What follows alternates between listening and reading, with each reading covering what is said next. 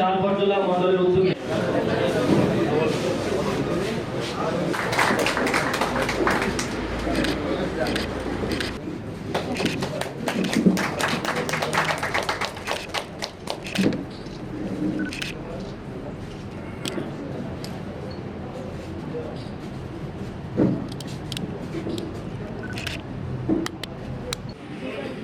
আমি প্রথমে একটু সাইডের দিকে ঘুরাই আর কি ওরা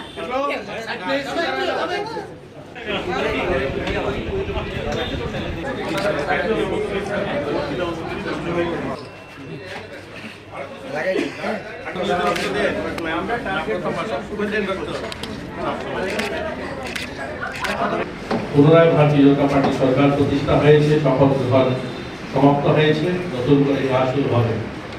আমরা দীর্ঘ 5 বছর এখানে মানুষ এই সরকারের অ্যাচিভমেন্ট, এই সরকারের যে উপলব্ধি, মানুষের জীবন পরিবর্তন করার জন্য যে সমস্ত কাজ হয়েছে তার নিরিখেই এবার ভোট হয়েছে। অনেক অপপ্রচার করেছে।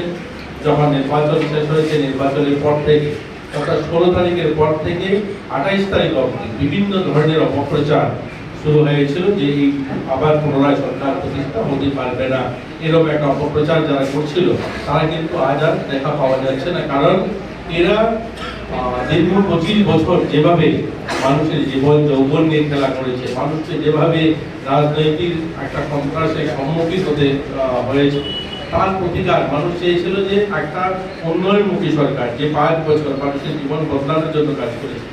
আপনারা সবাই জানেন অ্যাকোয়ারিয়ামে একটা খেলার অনুষ্ঠান থেকে এসেছিলাম, তো সেখানে আলোচনা করতে সেখানে একটা কথা বলেছিলাম যে দেশ স্বাধীনতার মানে আমাদের 75তম বর্ষ ত্রিপুরার মানুষ, আমাদের পুনরায় যে 50 বছর দেশ স্বাধীনতার 75 বছর আমরা মানাচ্ছি।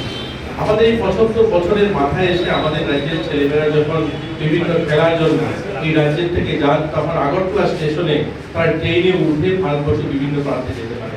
এখানে আমাদের ডাক্তারবাবু রয়েছে, দিলীপদা রয়েছে, ওনারা যখন পড়াশোনা করেছেন বা এখানে অনেক আমার গুরুজনরা, অভিভাবক মন্ডলী রয়েছেন, আপনার আজ থেকে 15 বছর আগেও এই রাজ্যের মানুষ যখন বহিরাজ্যে যেতেন, দিল্লি, মুম্বাই, ব্যাঙ্গালোর, আগরতলা থেকে 20 ঘন্টা আপনার বাসে সফর করে যেতে হবে গুয়াহাটিতে, সেখানে গিয়ে আপনার ট্রেনে ধরে সেখান থেকে যেতে হবে দিল্লি, মুম্বাই, ব্যাঙ্গালোর। আমাদের জন্য দিল্লিটা অনেক দূর ছিল, মুম্বাই অনেক দূর ছিল। অর্থাৎ ভারতবর্ষের একটা অঙ্গরাজ্য হওয়ার পরেও আমরা দেশ স্বাধীনতা 70 বছর আমরা অবহেলিত ছিলাম। আজ 5 বছরের মাথায় রাজ্য সরকার এবং কেন্দ্র সরকারের আশীর্বাদে আমরা আমাদের রাজ্যের ছেলেমেয়েরা আজ আগরতলা স্টেশনে বসে দিল্লি, মুম্বাই, ব্যাঙ্গালোর একদম হাতের কাছে এসে পৌঁছেছে। এটা সম্ভব হয়েছে শুধুমাত্র কেন্দ্রে মোদীজি সরকার থাকার কারণে। আজ কিন্তু রেল আগরতলা এখন আসার কথা ছিল না। আগরতলা ইচ্ছা করলে রেলটা আরো 30 বছর আগে আসতে পারত। 1964 সালে ধর্মনগর রেল এসেছিল, আর 1964 সালের পর প্রায় 50 বছর পর এই রেল সাবরুম পৌঁছেছে। তো এগুলো আমাদের জন্য দুর্ভাগ্য ছিল, আমাদের জন্য এগুলো অকল্পনীয় ছিল। এটা পরিবর্তন হয়েছে মোদীজির জন্য এবং এই রাজ্য সরকারের জন্য।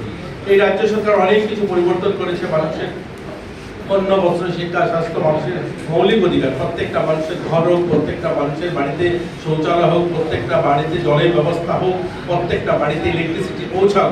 এই 5 বছর যে ধরনের সফলতার সঙ্গে সরকার কাজ করেছে, তার ফলস্বরূপ মানুষ পুনরায় ভারতীয় জনতা পার্টি সরকার প্রতিষ্ঠা করেছে। এবার আমরা এই 5 বছর আপনাদের কথা দিচ্ছি, মানুষের অনেক কিছু অসম্পূর্ণ রয়েছে, মানুষের জীবন মান উন্নয়নের অনেক কাজ করতে হবে, সেই কাজগুলো আমাদের করার পালা। আজকে রক্তদান এখানে হবে, রক্তদান আমাদের যুব বন্ধুরা যারা রয়েছে তারা রক্ত দেবে। আমাদের আগে বক্তা বলেছেন, ডাক্তারবাবু বলেছেন 40,000 ইউনিট আমাদের রক্ত চাই। এই রক্ত শুধু ভারতীয় জনতা পার্টি কার্যকর্তা দেবে এমন নয়। আমি যেহেতু যুব বিষয়ক মন্ত্রণালয়ের দায়িত্ব আমার কাছে রয়েছে, আমি চেষ্টা করব যুব যারা রয়েছে তাদের মধ্যে থেকেও যারা আজ ক্লাব অর্গানাইজেশন করেন, আমাদের রাজ্যে হাজারেরও বেশি সংখ্যায় ক্লাব রয়েছে, তারা কেন রক্ত দেবে না? যারা ব্যবসায়ী সমিতি রয়েছে তারা কেন রক্ত দেবে না? সবাই, আমরা সবার ভাগিদারি চাই, সবার জন্য অংশীদারি চাই। সবাই মিলে আমরা যদি প্রত্যেকটা অর্গানাইজেশন, প্রত্যেকটা এনজিও, প্রত্যেকটা গ্রুপ যদি আমরা রক্তদানে এগিয়ে আসি, তাহলে এই যে এত ছোট রাজ্য, এখানে রক্তের সংকট হওয়ার কথা নয়। কারণ আমাদের এখানে আজকের দিনে দাঁড়িয়ে আমরা 45 লক্ষ মানুষ বসবাস করছি, আর 40,000 ইউনিট রক্ত চাই আমাদের। কেন রক্তের সংকট হবে?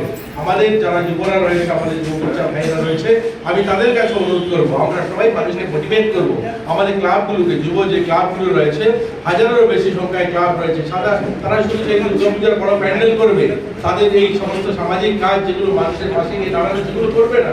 প্রত্যেকটা অর্গানাইজেশনের উচিত যে প্রত্যেকটা মানুষের জীবন যেন স্পর্শ করে, প্রত্যেকটা মানুষের পাশে গিয়ে যেন দাঁড়াতে পারে। আপনারা দেখেছেন এই সরকার নির্বাচনে যাওয়ার আগে আমরা প্রতি ঘরে সুশাসন করছিলাম। তো প্রতি ঘরে সুশাসন কি মানুষের জীবন বদলে দিয়েছে? মানুষের জীবন বদলায়নি। কিন্তু প্রতি ঘরে সুশাসনের মধ্যে দিয়ে গরিব মানুষ যারা, শ্রমিক যারা শহরে আসতে পারতেন না, একটা ব্লক অফিস অনেক দূরে 30 কিলোমিটার 40 কিলোমিটার দূরে প্রান্তিক গ্রামগুলোতে, সেখান থেকে এসে ব্লকে গিয়ে তার আধার কার্ড বা তার ভোটার কার্ড বা বিভিন্ন কাজ করতে হতো। সাব ডিভিশন অফিসগুলো এক একটা 50 কিলোমিটার দূরে। রাইমা ভ্যালিতে যদি যান আপনি, রাইমা ভ্যালি থেকে ঘন্টা ছড়া প্রায় 50-60 কিলোমিটার দূরে আসতে হয় গ্রামের মানুষরা। সেখানে এসে তার সরকারি সেই সমস্ত ভোটার কার্ড, আধার কার্ড, ব্যাংক অ্যাকাউন্ট, এই সমস্ত ছোট ছোট কাজগুলো করতে হয়।